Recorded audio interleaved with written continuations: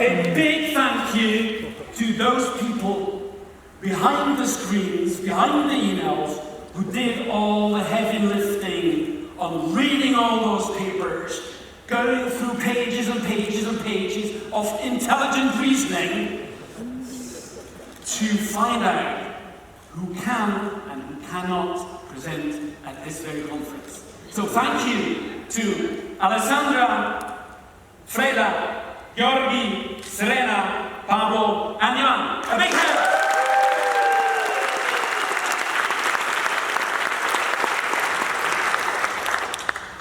This conference has been a conference of nostalgia.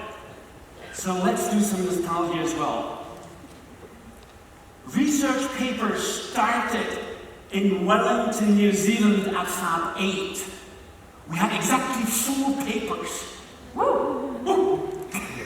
Then we moved to Yokohama with a much bigger number of papers, and to Barcelona, where we absolutely peaked. We had a packed session of like 30 plus papers, plus an equal number of posters as well. Moving on to Lima, Peru, in Fab 11, Fab 12, 13, 14, 15 in Egypt, 16 after the COVID break in Montreal, the Fab Fest, then to 23, 24, and here we are at Fab 25.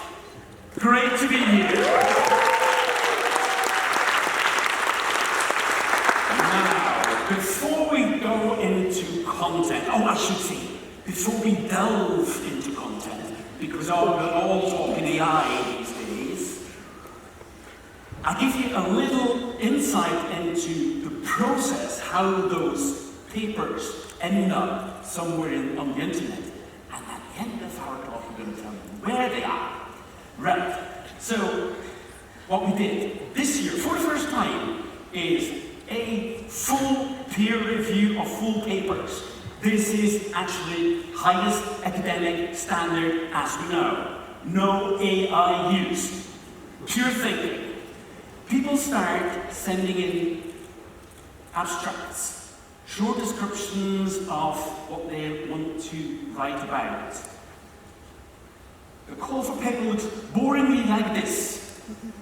Then the editors say, that's kind of suits the Fab topic or not.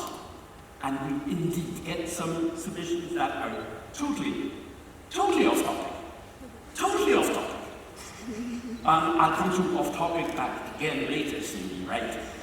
Then they send in full papers. That's where the reviewers do their hard work. And at the end of the day, no, not at the end of today, but at the end of the process, those papers will go online. But now, can we have a drum roll? Not bad. Second runner-up. Oh, by the way, this isn't just the highlights. We are actually giving the Best Paper Award. Does the audience know that? There is. See? The Best Paper Award. So, That's funny. there is going to be a Best Paper Award. There are also going to be 2 runner-ups. I am not Peter. I speak with a Finnish monotone. I mean, the word robot might be Czech, but so I'm going to try to punctuate with surprising emphasis, just to keep us all awake. So, second runner-up, third prize goes to this fantastic paper by Jan, Vicky, and Garrett. This paper is an examination of the academic literature around Fab Labs and their scientific impact, especially talking quantitatively. And what one does in systematic literature review is then summarize the findings from these papers, which is really handy for us because then we don't even have to read all the papers, we read the lit review, and then we learn about all these findings. It uses the Fab City full stack as a framework, which means mapping to 7 interconnected layers from local production technologies to global knowledge sharing. So in this paper then we can actually see what researchers are studying when they're talking about quantitative impacts and also, importantly, what they are not studying. So that means that there is room and need for more research. So from a review perspective, that we appreciate the rigor with which this study was conducted and presented, and also how they consider the notion of impact across quite a wide variety of different types of literature. So this is clearly a relevant study and topic for everyone here as researchers and practitioners. So give it up for Jan, Vicky, and Garrett, if they're in the audience, give a wave.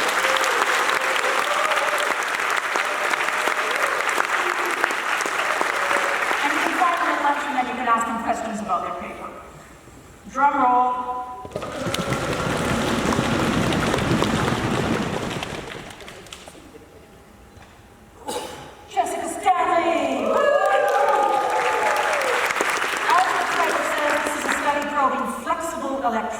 And Jessica points out to us that this is something that's not really has seen widespread uptake in fab labs. She describes two flexible PCB fabrication methods, but that's not just describing these kinds of methods in the research papers. We also need to kind of contextualize it. She puts it in the wider context by comparing this to standard techniques. And then she also takes an overview of projects and techniques that are inside fab labs and outside of fab labs. So from a review perspective, we see this as a very valuable and practical contribution to the fab lab community by demonstrating accessible methods for flexible electronics fabrication. The novelty lies in the practical adaptation and optimization of existing techniques for community use.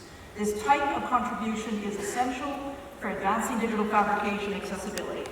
Congratulations to the first runner-up, Jessica.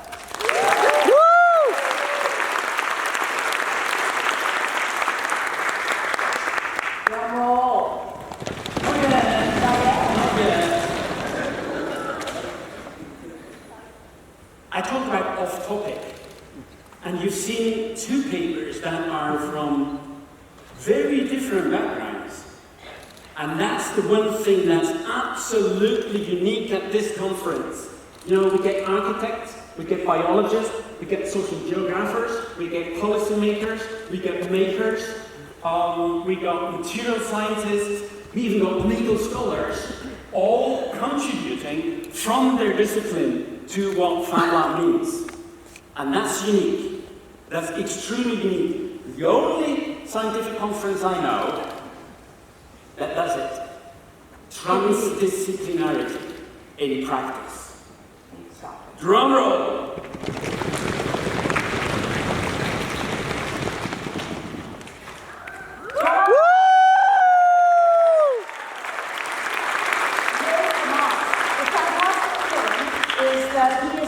On his way, he just got to Bruno like 5 minutes ago, so we're not even sure if he's going to be joining us on stage. Is he there? You see? It's in the phone.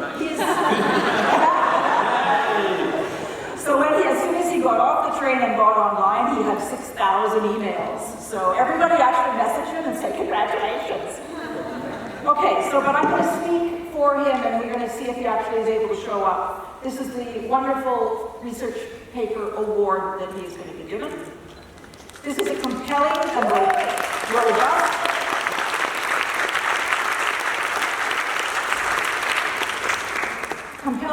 and robust paper framed as Research Through Design, RTD, exploring sustainable, hyperlocal alternatives to mass-produced hygiene products.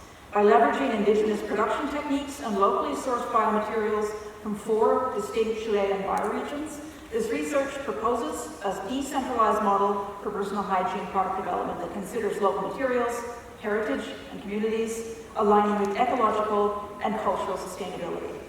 From a review perspective, we consider this to be a well-grounded study that is clearly rooted in bioregional sensitivities. It is more than simply just exploring local and ecological materials.